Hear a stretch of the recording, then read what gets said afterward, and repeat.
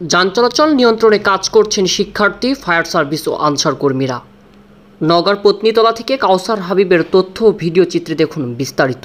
নওগাঁর পত্নীতলা উপজেলার বিভিন্ন এলাকায় ঘুরে দেখা যায় শিক্ষার্থীরা সড়কের সিগন্যালের ট্রাফিক নিয়ন্ত্রণে কাজ করছেন। কেউ ট্রাফিক সিগন্যাল অমান্য করলেই তার চালকদের বাধা দিচ্ছেন। এতে রাস্তার বড় ধরনের কোনো যানজট হচ্ছে না।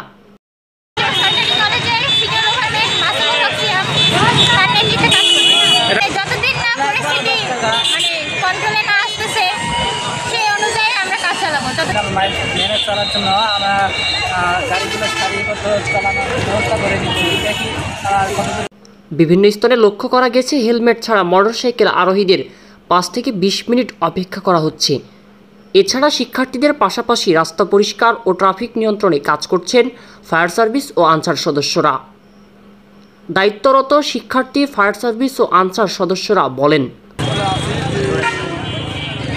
পুলিশ না থাকার জন্য আমরা আনসার বাহিনী এবং শিক্ষার্থী, ছাত্র, ফায়ার সার্ভিস সহ আমরা ট্রাফিকের দায়িত্ব পালন করতেছি। এবং আমি যতদিন না পুলিশের রাস্তায় নামতেছে ততদিন আমরা চেক করবো, রাস্তায় চেক করবো, পরিচয় করবো।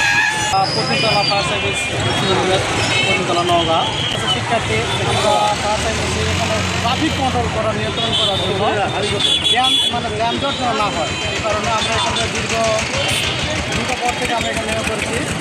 আল্লাহর আমাদের এখানে যানজট একটা ভালো, আমাদের শিক্ষার্থী আমাদের হেল্প করতেছে, স্কাউট হেল্প করতেছে, আমাদের হেল্প করতেছে।